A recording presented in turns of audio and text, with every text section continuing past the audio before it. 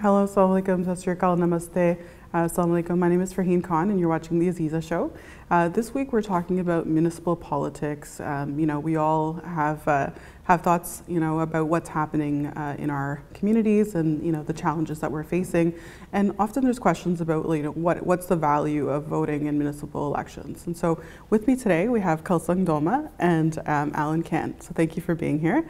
I want to just take this opportunity to kind of just jump right into it. I know you both have very different sort of roles in this space, so maybe we can start with just you guys introducing yourselves first. Do you want to start? Oh, I'm Kalsung Doma. I'm running for Toronto City Council for Parkdale High Park.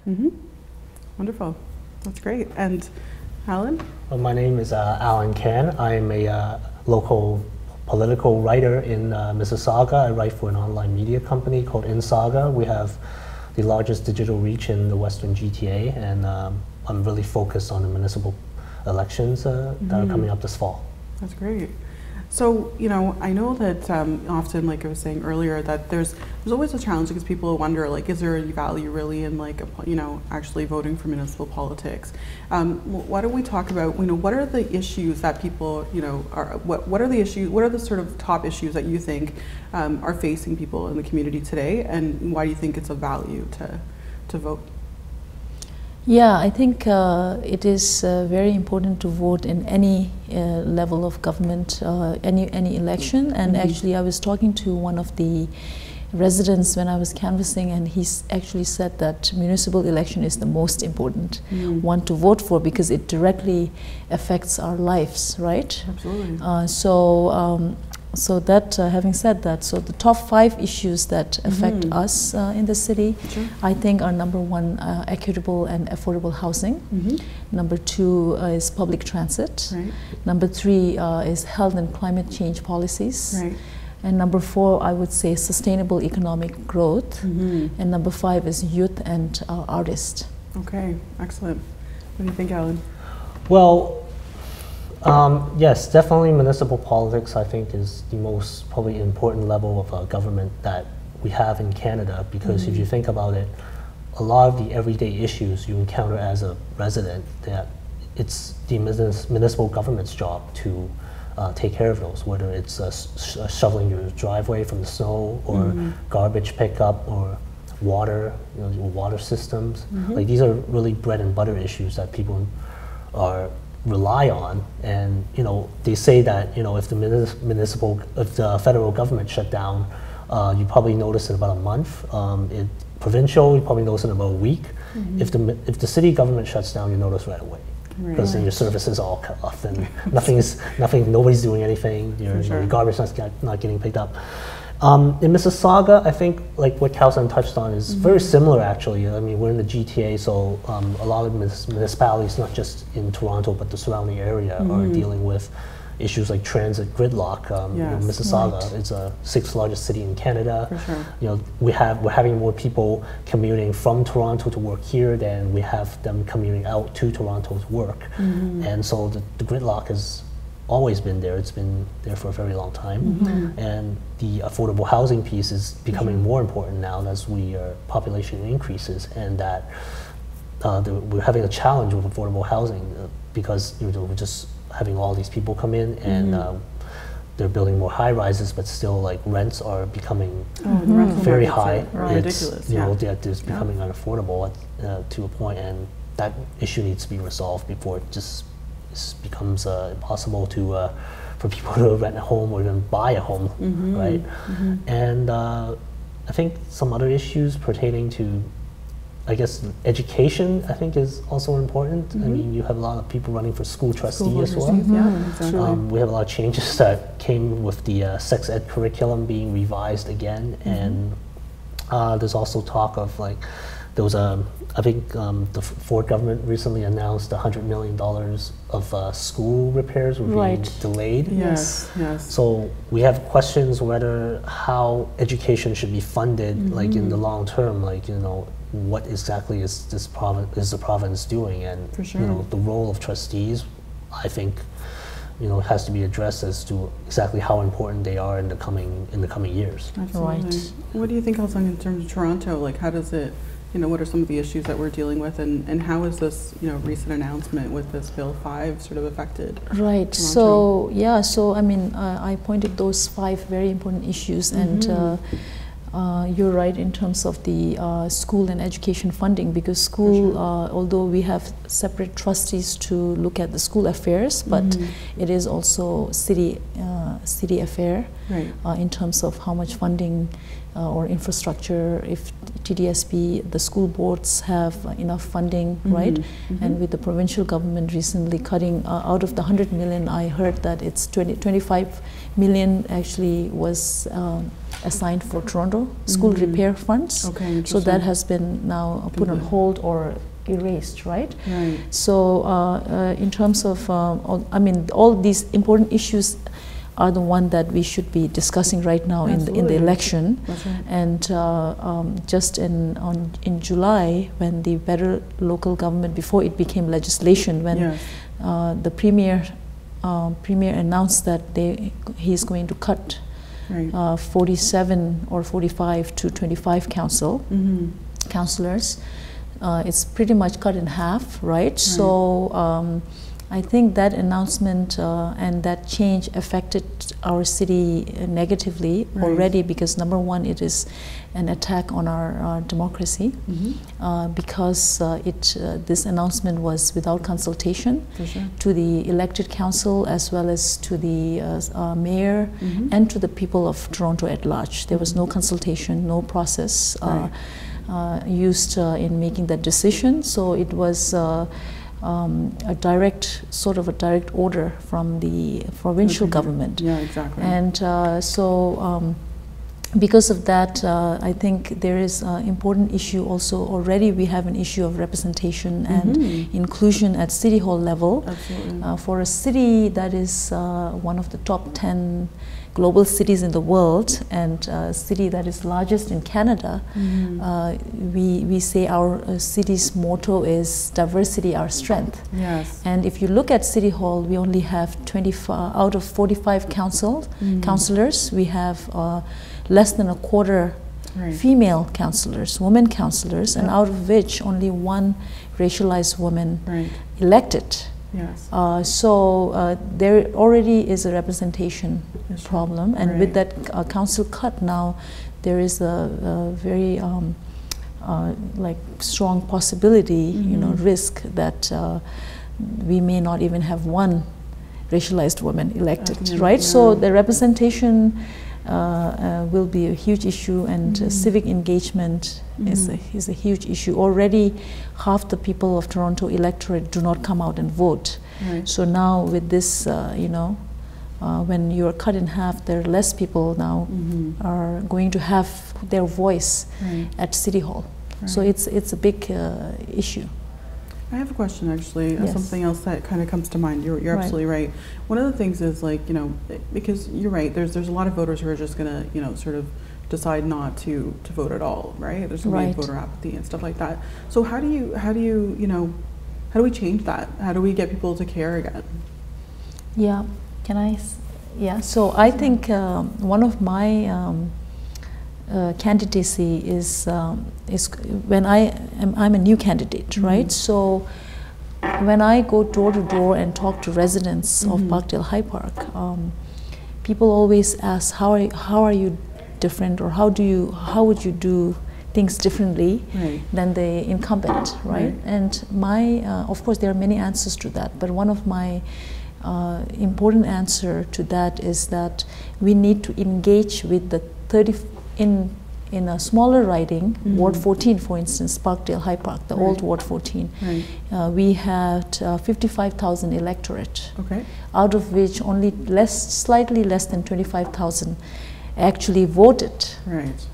That means 35,000 are not engaged. And why is it, right? Of course, when you look at the statistics, it's usually the young people, youth, and immigrants, and low income. Right? Those are the 3 important groups that do not come out and vote. And they should, because so much of it affects them exactly. directly. So, and one of the reason of course, there are many factors that play into that. One of the important reasons is they are not feeling included. They don't feel engaged. They don't see their issues addressed by the people on the ballot, people who are running. Yes, so exactly. I think we are given very little choices, and we are always seeing the same people getting elected, the same people coming out to vote, and those 35,000 or those larger percentage of us are feeling disengaged, right? There is voter apathy, but there is like truly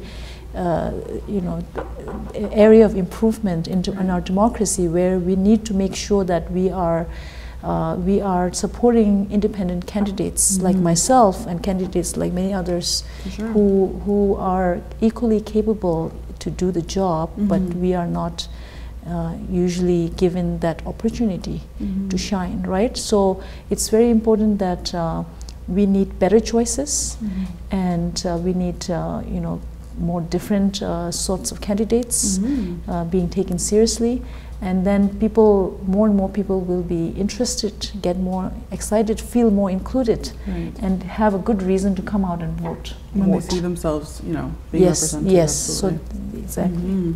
Yeah, and she's right on the various aspects, and I guess speaking from the media's perspective, in Peel Region, for example, I know Toronto doesn't have a problem. You have a lot of the 4 national newspapers and a lot of local radio and TV stations, but I think sometimes that those stations, they mostly cover like the big races, like the mayoral races, and they don't focus a lot on individual council races.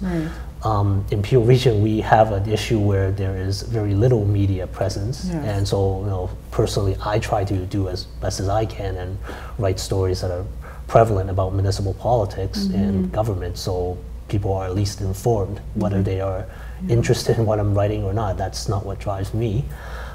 With respect to Bill 5, I think it's important to note that the other aspect is that the Ford government canceled elections for regional chairs across Ontario. So specifically in Peel Region, the election for the chair was canceled, and I think that was primarily done because the former PC leader, Patrick Brown, was running for that position, and Ford, for whatever reason, decided to cancel that to stop Mr. Brown.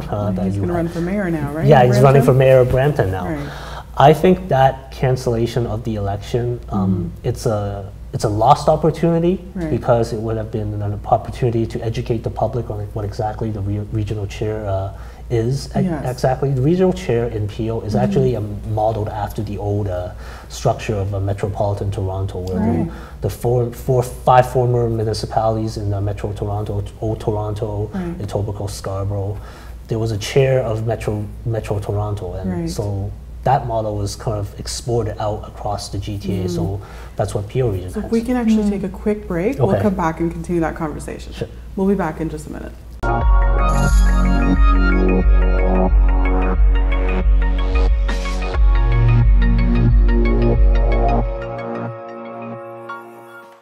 Hi everyone, welcome back. You're watching the AZEEZA show, and we were just having a discussion on the issue of municipal politics. So Alan, you were going to just give us a quick, we were just talking about Bill 5, so please tell us in terms of how that affects Peel.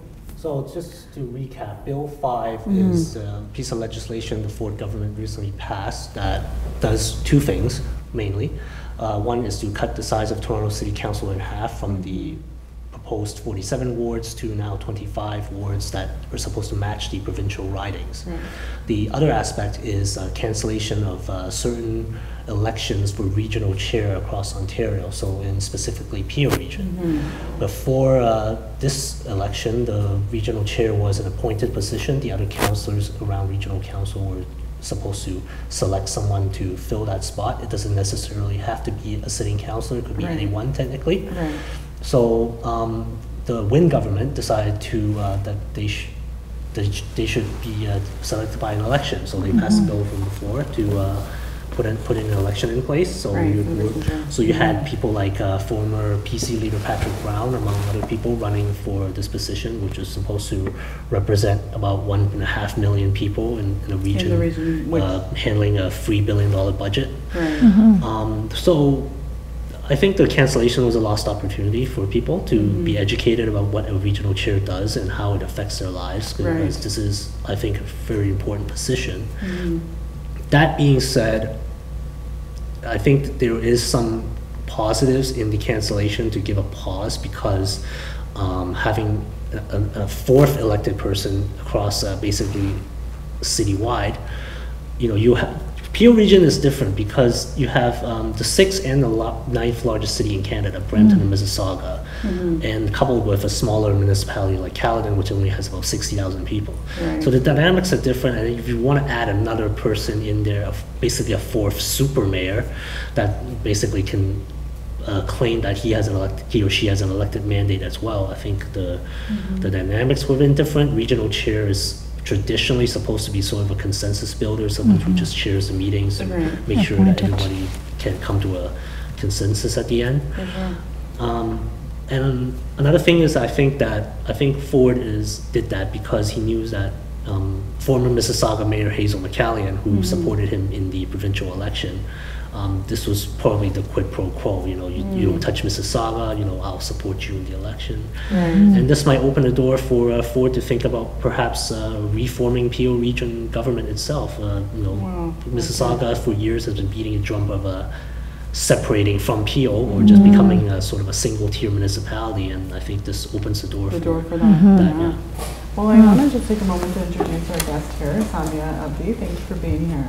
So, Samia, we were, speaking about Bill 5, and we've also talked a little bit about some of the issues that affect our communities, one of which being education. So, I know you're running for school board trustee. Maybe you can give us a bit of a background of who you are and what you're doing. Sure. My name is Samia Abdi. I am a mother, a consultant, and a community mobilizer. Education has been something that has been close to my heart for a very long time. I've been doing community building for the past 16 years, and particularly working with youth around mentorship and education excellence. So running for a TDSP position as a trustee is a natural progression to the work that I've been doing in community, and a continuation of that path that I've chosen many, many years ago, starting with myself being a teen and just wanting to work with people, especially around their challenges that they might be having around the education system. So running for Ward 19 in Scarborough, and really excited about the changes that we might be able to bring up for better schools in the Toronto District School Board. Wonderful. And how do you feel Bill 5 has affected your race? Exactly. So as a Toronto resident and as well as a candidate for this coming election, it has been a challenge to have a campaign strategy and to have clearly understand what your boundaries are and what's your target area, and then for that to change. It's not so much, my issue is not so much whether we have 47 or 25 councillors. It's the fact that there was no consultations done with the residents of the City of Toronto. So anytime the government decides to flip the coin and change the narrative, we beg to ask the question of who benefits and who is at disadvantage. Yes, absolutely, for sure. Oh, that's great. So in terms of some of the other issues, do you want to talk maybe about some of the issues that you are sort of interested in terms of the work that you're doing? Absolutely. So some of the challenges that particularly schools around the Toronto region, especially around the TTSP, have is around disrepair. So a lot of our schools are in a great status of disrepair, whether it's mold or lack of heating in the winter, so having drafty classrooms, and in the summer lack of ventilation. So our students dealing with heat stroke and not being able to breathe at times, having disrepair when it comes to stairs, when it comes to playgrounds. So really safety concerns for our students, as well as the children in these spaces, as well as the adults who are either working or supporting the school system. So going to work every day, or going to a space that's supposed to be open and inviting and safe environment, and instead having to face a situation that is really not conducive to learning, and that affects the health and safety of everybody who's in that space. So So that is one of the biggest issues that I'm focusing on this platform, my platform. Another one is around curriculum design and the fact that we have, you know, decisions around curriculum design happen somewhere in Queen's Park behind closed doors without consultations with communities, parents, and taking into consideration the lived experiences of the students and how are we able to prepare them for the future and protect them. So really focusing on an opportunity to advocate for inclusive design that takes into account the voices of communities, takes into account the voices of students and parents, as well as educators and researchers and scientists who can put evidence-based decision-making on the table. For sure, right. Just to address your point about how there seems to be a lack of consultation in education policy, it seems to be coming top-down from the province. I think that just speaks to a fundamental issue with how education is managed in the province. I mean, education is a provincial file, first of all. So, but that doesn't mean that the province should, you know, dictate from the top down how all the schools across the province should, you know, what kind of curriculum they should be dealing with. You know, I think, I mean, when I was going to high school, like, there were very little courses on teaching financial literacy or just how to, like, you know, entrepreneurship, for example. Like, these are really solid life skills that students should be learning, and you know, nothing wrong with having a liberal arts degree, but still, you know, having something like that, that is, well, you probably have to mandate that, but I'm not saying that the province should mandate it. Like, each school should decide if they should have something like that. And I think that's just one of the challenges of running as a trustee. A lot of people I talk to, they ask me, what exactly does a trustee do again? So, you know, you have to take the time to explain to people what exactly you're running for before you ask them to vote for you. Yes. Because I see your point. Because I've worked with high school students as youth program manager and also leading a number of youth-led projects. That's mostly after-school projects. I know how the school system works, and also as a settlement worker, I advise youth when they can't reach to a counselor because there are shortage of counselors in school, right? In a 600 student school, I know for a fact that there were only 2 counselors. So a lot of the newcomer students, a lot of the immigrant students, a lot of the marginalized youth, they need advising, and they can't even get an advice on their career goals or subject choices. So that's another issue. And the other issue I just remembered was about how there is no autonomy for the TDSP in curriculum design, for instance, for a city as large as Toronto or Mississauga, right? You have to rely on provincial Ministry of Education to come down with directives. So I think also when I was doing engagement with my residents, many of them actually talked about education. Although city councillors would not be directly having that power or that you know, decision-making you know, priorities, but a lot of them are asking about the subjects, right, in school. Who decides what subjects are provided, and also our students should be learning about income taxes or financial management and literacy, and also carpentry and construction, home building, because houses these days are so expensive. But if young people knew how to fix small, you know, plumbing, or those could be like general subjects or optional subjects. Exactly, and people will not have to go to college and pay more money just to get those basic education. Those subjects could be provided in schools as part of the free, you know, high school education. So I wanted to also just add to one more thing that you brought up around the availability of social services in school, especially around mental health support. And speaking to a lot of young people, knowing the current stressors that young people are around, the rate of depression, the rate of you know, anxiety, the lack of sleep because of both societal pressures and actually academic pressures on young people. And again, young people not having places to go to or the support that they need in school.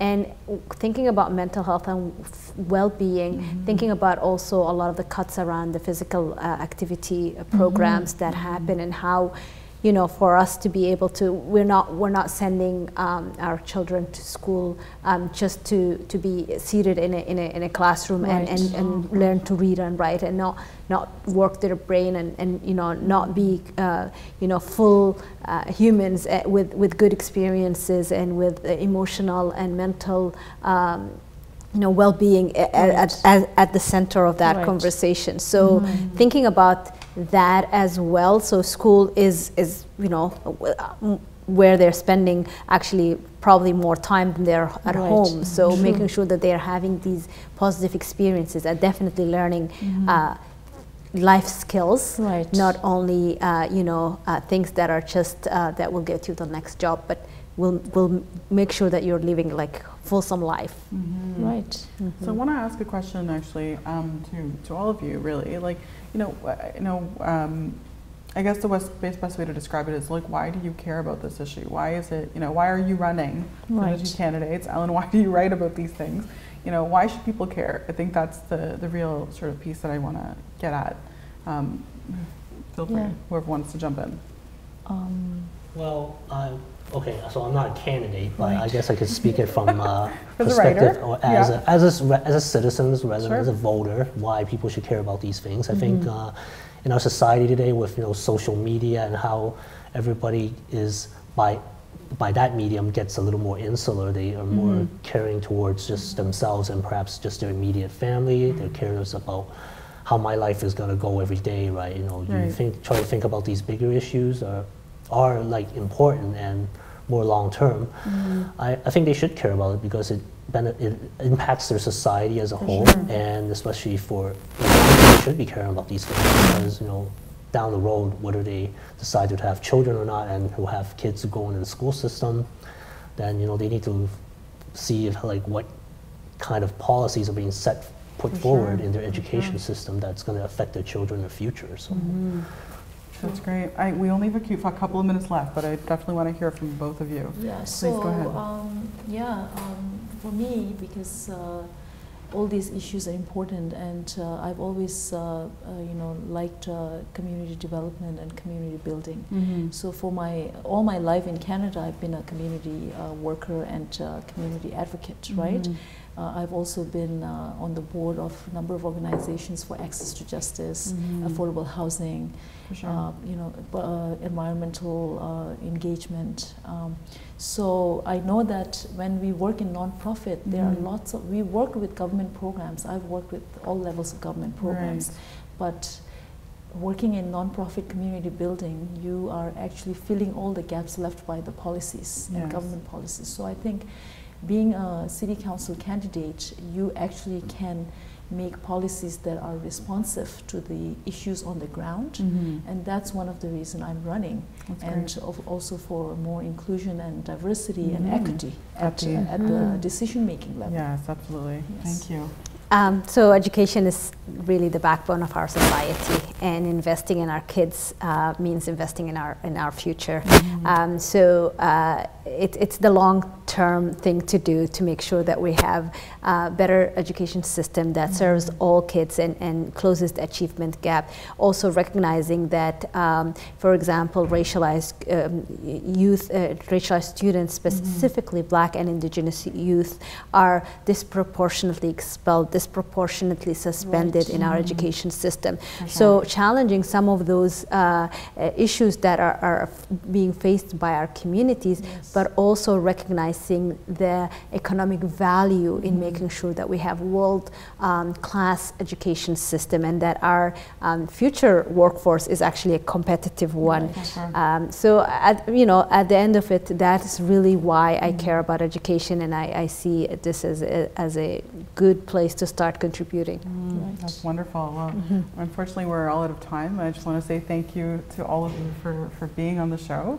you know, to our viewers, like definitely think about, you know, why it's important to vote in the next municipal election, both for City Council and also for School Board Trustees. These are the issues that affect us day to day, and it's so important for us to take that stand. Thanks so much. Take care.